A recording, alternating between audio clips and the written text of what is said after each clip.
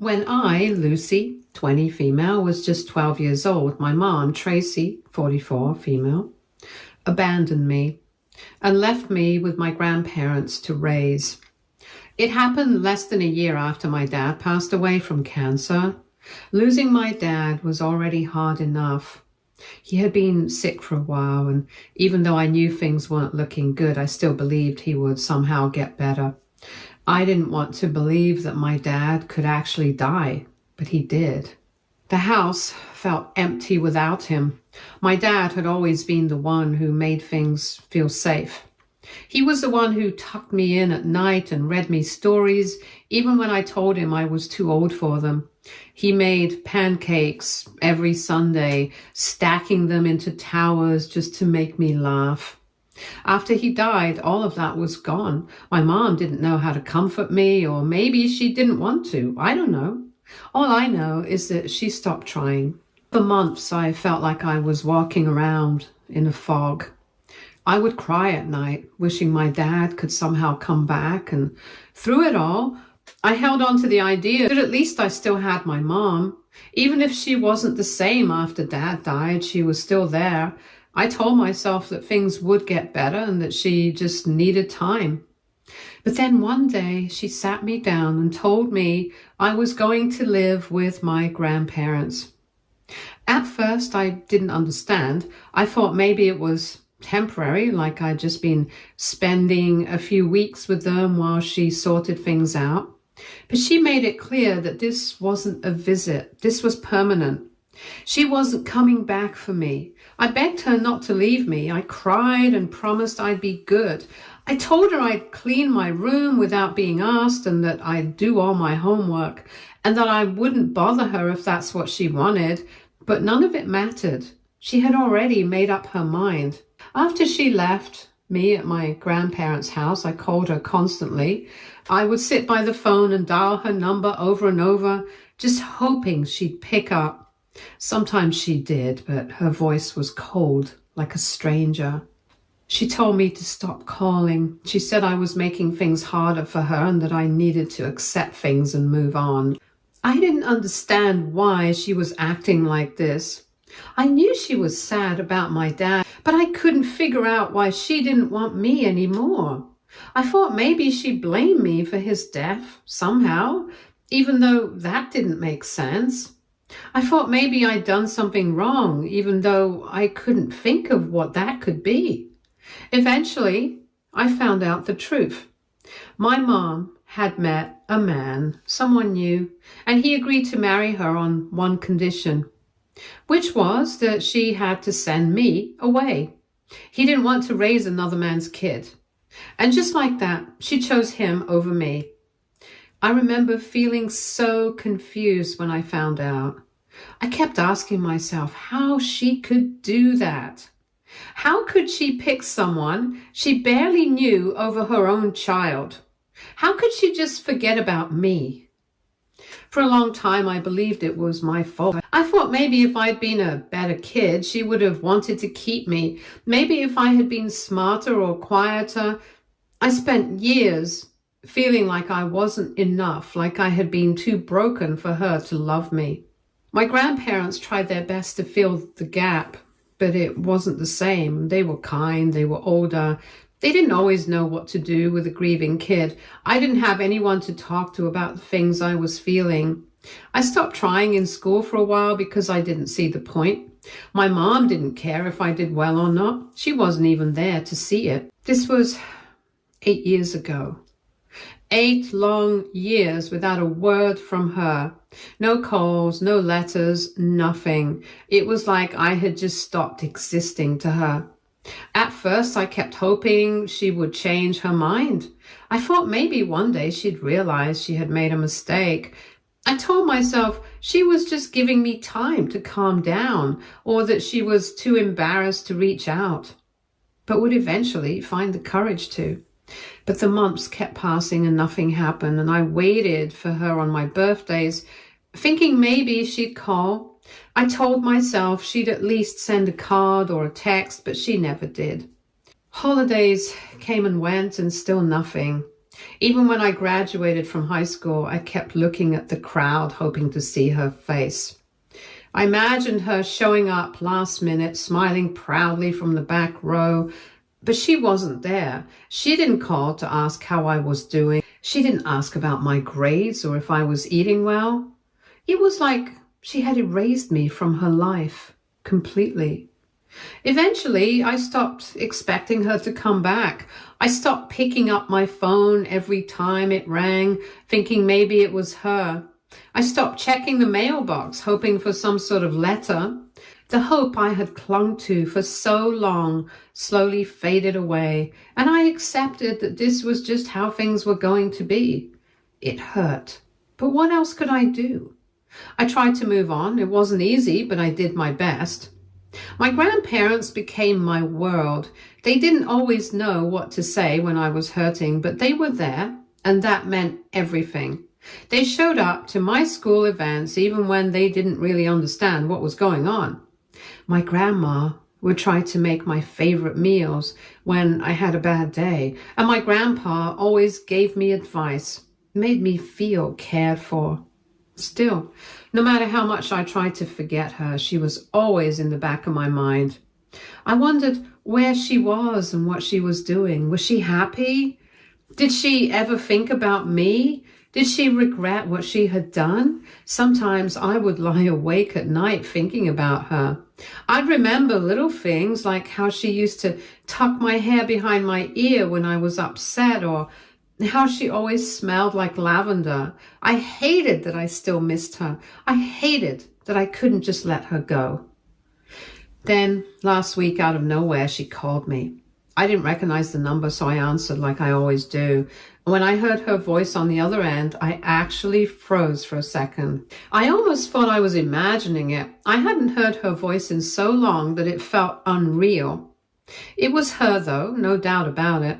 She started by saying, "Hi, honey," like nothing had happened. She had disappeared from my life for 8 years. I felt this mix of anger and confusion bubbling up inside me. I asked her what she wanted, and at first she tried to make small talk. She asked how I was, and I couldn't believe it. After 8 years of silence, that was her first question. How was I? I told her I had nothing to say to her. I was so angry I couldn't even think straight. All those years of pain came rushing back all at once. The nights I cried myself to sleep.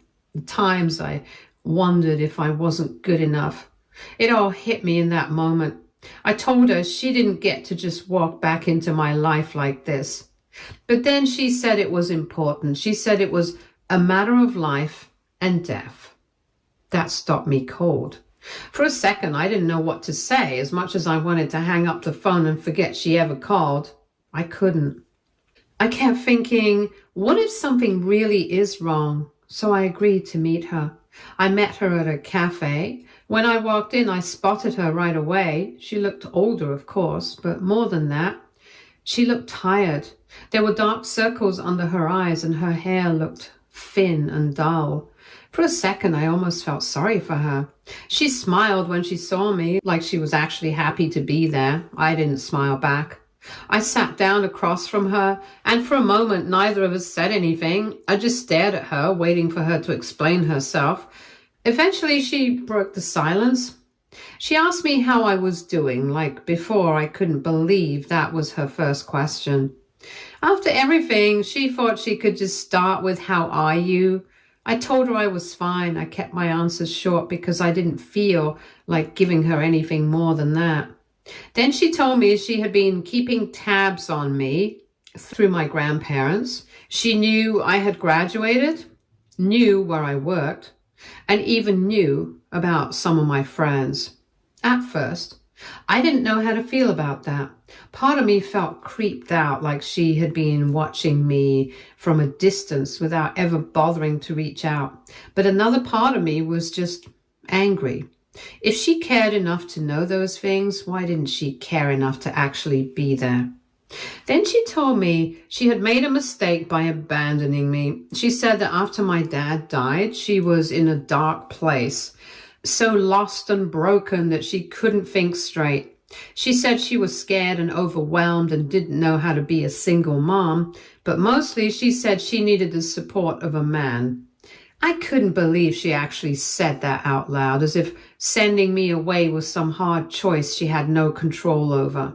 She tried apologizing after that. She kept saying how sorry she was and how she wished she had done things differently. She said she thought about me every day and regretted everything. But I couldn't forgive her.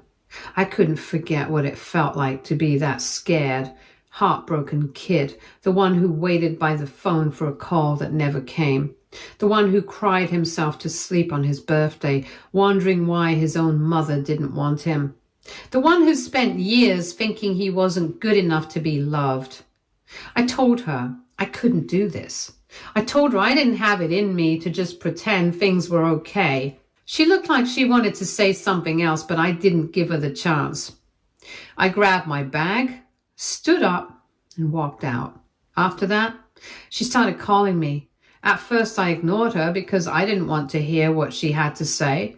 Every time my phone rang, I felt that same anger bubbling up inside me. The sound of her voice still made me sick. But she didn't stop. She kept calling, sometimes multiple times a day, and I never answered. I didn't know what she wanted anymore, and honestly, I didn't care. I had spent too many years hurting because of her, and I wasn't about to let her back in just because she suddenly decided she wanted to be part of my life. After I ignored her calls for days, she started texting me too. Long messages, short messages, some just saying things like, "Please call me," or "I really need to talk to you." When I blocked her number, she started using different ones, and every time I'd block one, another would pop up. It felt like no matter what I did, she was always finding some new way to reach me. At first, I was just frustrated. I couldn't believe she had the nerve to keep bothering me after everything she had done. But after a while, it started getting exhausting.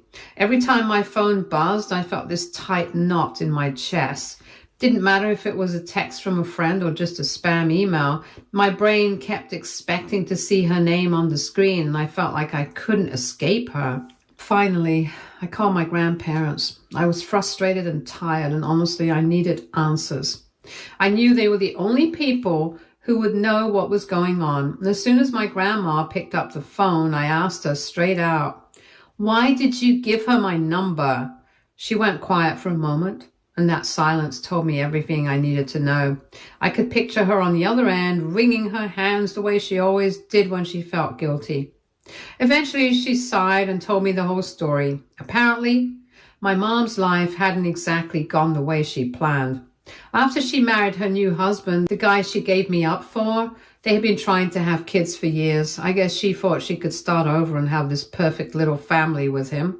But it didn't work out that way. My grandma said they tried for a long time, but my mom couldn't get pregnant. She went to doctors and tried different treatments and spent years hoping something would change, but nothing ever did. Now she's older and she can't have kids at all. Her husband decided he wasn't okay with that. He left her because he still wanted children, and my mom couldn't give him that. And now, after all those years of ignoring me, she suddenly wanted me back in her life. I couldn't believe what I was hearing. After everything she put me through, after choosing him over me, abandoning me when I needed her the most, she thought she could just waltz back in because her life didn't go the way she planned. She wanted me to play happy family with her now because her perfect little dream didn't work out. I felt sick. I asked my grandma why they gave her my number, and she said they thought I deserved to know the truth, that maybe my mom had changed and was trying to make things right. I get that my grandparents meant well, but honestly, it just felt like one more thing being dumped on me. Since that phone call, my mom hasn't stopped. She's still trying to contact me. Texting, calling, even leaving voicemails where she cries and says how sorry she is. She talks about how much she misses me, how she just wants a second chance. But every time I listen to her voice, I feel cold. It's like all the old pain just rushes back. I don't know what she expects from me. Does she really think I can just pretend like none of this ever happened? That I can just forget all those years of feeling abandoned and unloved? I feel guilty sometimes, like maybe I'm being too harsh, but then I remember all the nights I spent crying myself to sleep, wondering why I wasn't good enough for her to stay. I remember how hard it was to grow up feeling like I didn't matter. I don't know what to do. Part of me feels like I should just block every number she tries to use and forget about her. But another part of me keeps wondering, what if she's really sorry? What if she's changed? I mean, I don't know. I feel so confused, and honestly, I'm just tired of it all. What would you do if you were me? Update 1. Hi everyone. I know it's only been 2 weeks since my original post, but I have a few updates. Yesterday, my grandparents invited me over for dinner, and honestly, I was excited. But the second I walked into their house, I knew something was off.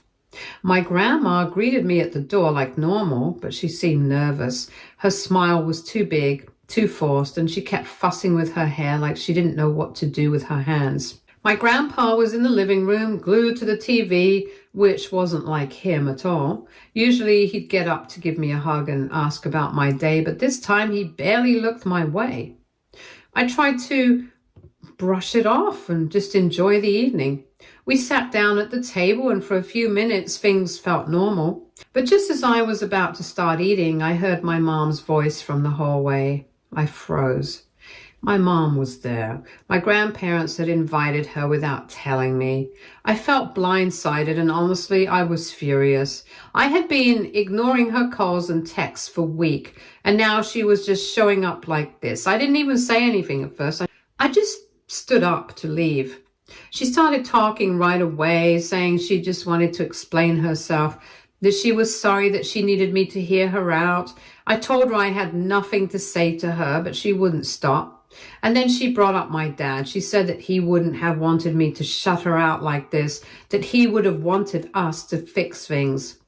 Hearing her say that felt like a punch to the gut. She had the nerve to talk about my dad. I snapped. I told her she didn't get to talk about him.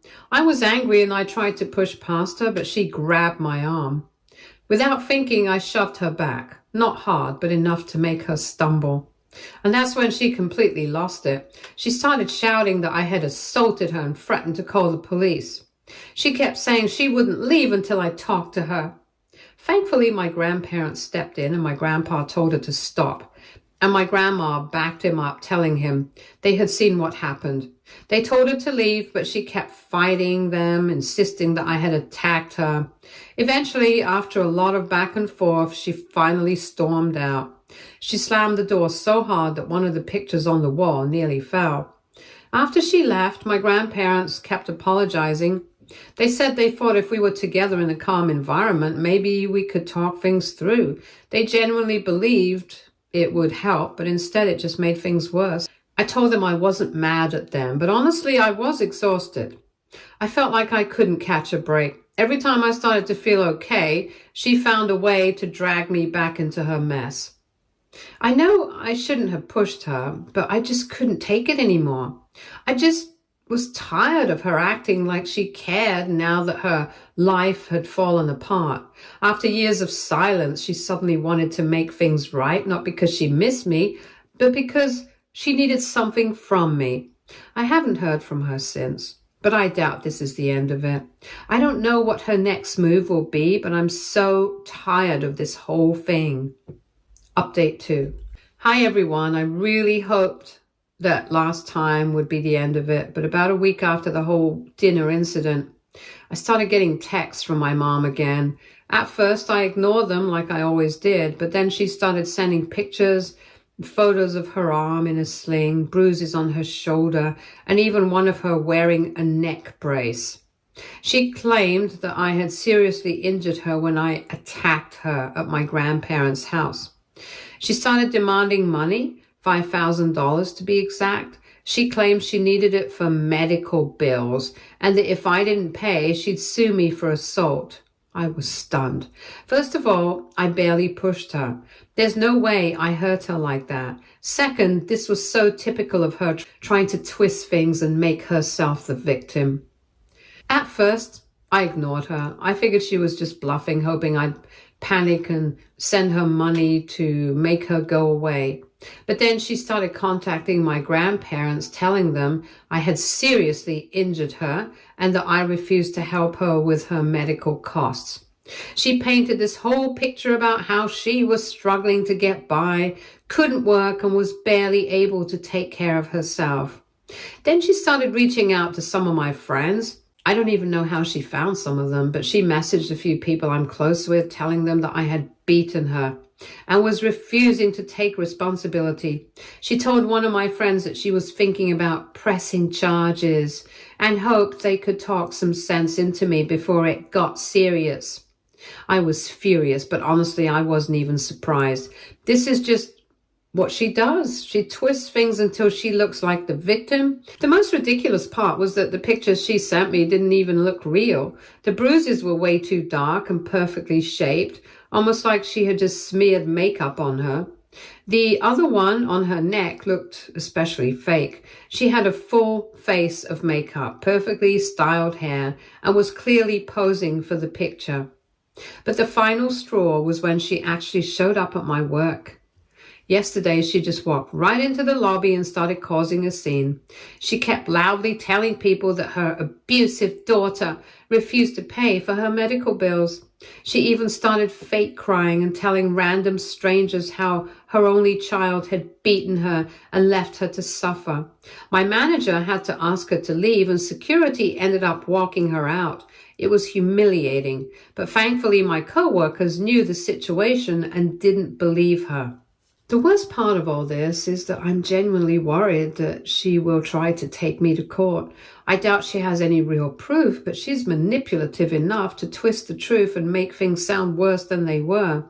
At this point, I feel like she's trying to wear me down. I think she's hoping I'll eventually just give her the money to make her go away. I blocked her on everything again, and I'm looking into getting some legal advice just in case she actually tries something. Honestly, I just want her out of my life for good. But it feels like she's determined to keep pulling me back in. Update 3. I thought things were fully over, but of course my mom couldn't just leave things alone. After weeks of her threatening to sue me, I found out she dropped the whole thing. Apparently she couldn't afford a lawyer, which honestly wasn't surprising. She's never been great with money, and I figured she was just bluffing the whole time. Still, it was a huge relief knowing I didn't have to deal with that on top of everything else. But just when I thought I could finally breathe, I found out she had moved into my grandparents' house. I honestly couldn't believe it when my grandma told me. When my grandma called to check in, she casually mentioned that my mom was now living there. Apparently, after her husband left her, she told my grandparents she had nowhere else to go and guilt-tripped them into letting her stay. My grandma was really conflicted about it. She said she didn't want to turn her own daughter away, especially since my mom was struggling. But I know exactly what happened. My mom played the victim like she always does. She probably cried about being homeless and swore she had changed, and my grandparents, being the kind and trusting people they are, fell for it. Now I feel like I can't even visit them without having a run-in with her. My grandparents told me I was always welcome and that they'd make sure things stayed calm. But I don't trust her to act normal. Knowing my mom, she'd probably try to corner me or start some dramatic scene just to make herself look like the victim again. It's frustrating because my grandparents are some of the only family I have left. They've been there for me when no one else was, and now I feel like she's trying to take that from me too. I know they mean well, but I wish they could see how manipulative she is. For now, I've just been calling them more often instead of visiting. I hate that it's come to this, but I don't know what else to do. The last thing I want is to show up and get ambushed and have her twist things all over again. Update 4. I'm so frustrated right now, and honestly, I just need to vent. After my mom moved in with my grandparents, I kept hearing bits and pieces about how things weren't going great. At first, my grandparents didn't say much. They just brush things off or say she was going through a hard time. But I knew something was wrong. Eventually, I found out what was really happening. My mom hasn't even tried to get a job since she moved in. Instead, she's been relying on my grandparents for everything, including food, gas, clothing, you name it. And of course, she's constantly borrowing money from them. I say borrowing, but we all know she's never going to pay them back. My grandma told me that my mom promises just getting back on her feet, but it's clear she's just taking advantage of them. It makes me so angry because my grandparents are retired and living on a fixed income. They aren't struggling yet, but they've been very careful with the money. Seeing her treat them like her personal ATM makes my blood boil. I tried talking to them about it. I sat them down and explained that she was just using them and that she wasn't even trying to get her life together. But they kept defending her. My grandma said she was family and that they couldn't just throw her out. My grandpa admitted he was frustrated, but he said they were just trying to give her a chance. I felt like I was banging my head against a wall. No matter what I said, they just wouldn't listen. Then, about a week ago, everything finally came to a head. One night I got a call from my grandma and I could tell right away that something was wrong. She told me that my mom had been dropped off at her house by a police officer. Apparently, she had been drinking somewhere and caused a scene. I don't know all the details, but the officer ended up driving her home because she was too drunk to get herself there. That was it for my grandparents. My grandpa, who's usually the calmest person I know, had finally had enough. The next morning, they told my mom that she had 1 month to figure out where she was going to live. They said they weren't going to let her stay there any longer. My grandma told me she felt guilty about it, but they both agreed it was the right thing to do. Honestly, I think giving her a month is more than fair. Knowing my mom, she's probably going to spend most of that time feeling sorry for herself instead of actually figuring things out. But at least my grandparents are finally putting their foot down. I don't know what's going to happen next, but I feel relieved knowing my grandparents are standing up for themselves. They've done so much for me over the years, and they deserve better than to be treated like this. Thank you to everyone here for your support and throughout this whole mess. It's been a tough road, but I'm hopeful that things are finally starting to turn around. Stay tuned for more stories from our girl relationships.